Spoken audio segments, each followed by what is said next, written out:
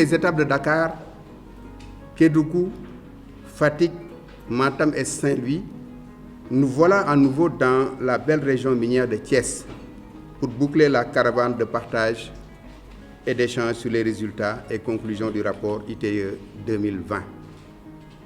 Il ressort de l'analyse que les cours de l'or et du phosphate, en plus de la demande de zircon, ont connu une forte hausse, atteignant parfois des niveaux de prix élevés sur le marché international.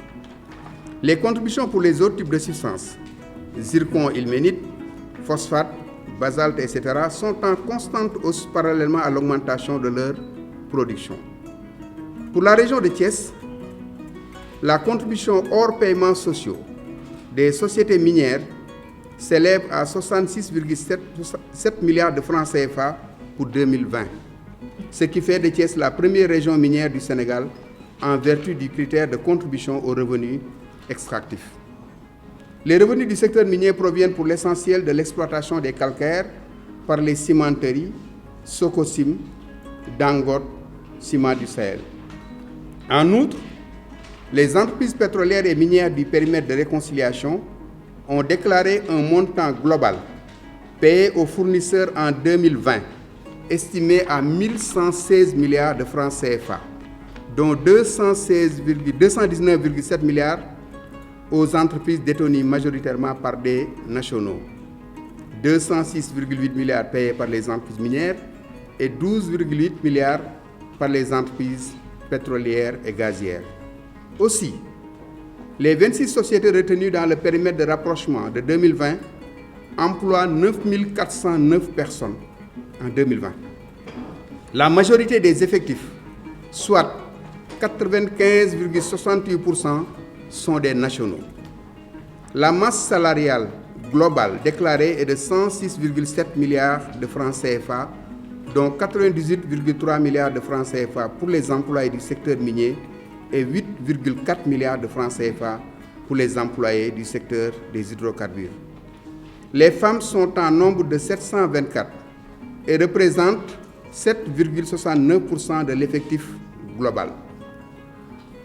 Pour la région de Thiès, les entreprises ont dépensé en acquisition de biens et services et paiement aux sous-traitants un montant total estimé à 392 milliards 830 millions 571 318 francs CFA, dont un peu plus de 300 milliards de nos francs sont tombés dans l'escarcelle de fournisseurs et sous-traitants étrangers. Seuls 92,4 milliards ont été captés par les entreprises détenues, majoritairement par des Sénégalais. Les entreprises détenues par les Sénégalais doivent être mieux sensibilisées sur les mines d'opportunités qui existent dans le secteur extractif, surtout à travers le contenu local.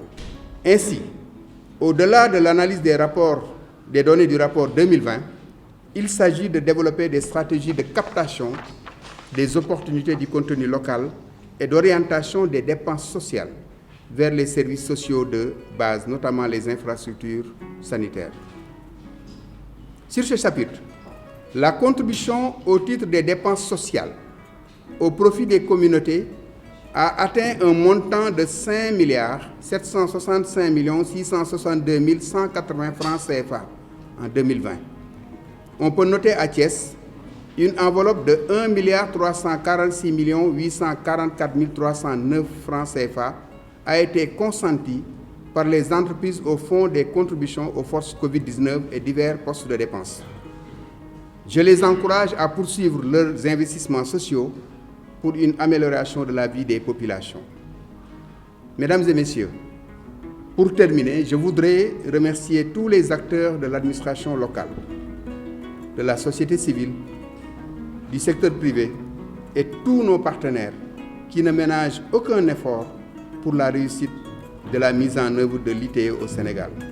Cela constitue une assurance pour relever tous les défis pour l'amélioration de la gouvernance de nos ressources naturelles. C'est sur cette note d'espoir que je vous souhaite un bon comité régional de développement de partage des résultats et conclusions du rapport ITIE 2020. Je vous remercie pour votre aimable attention.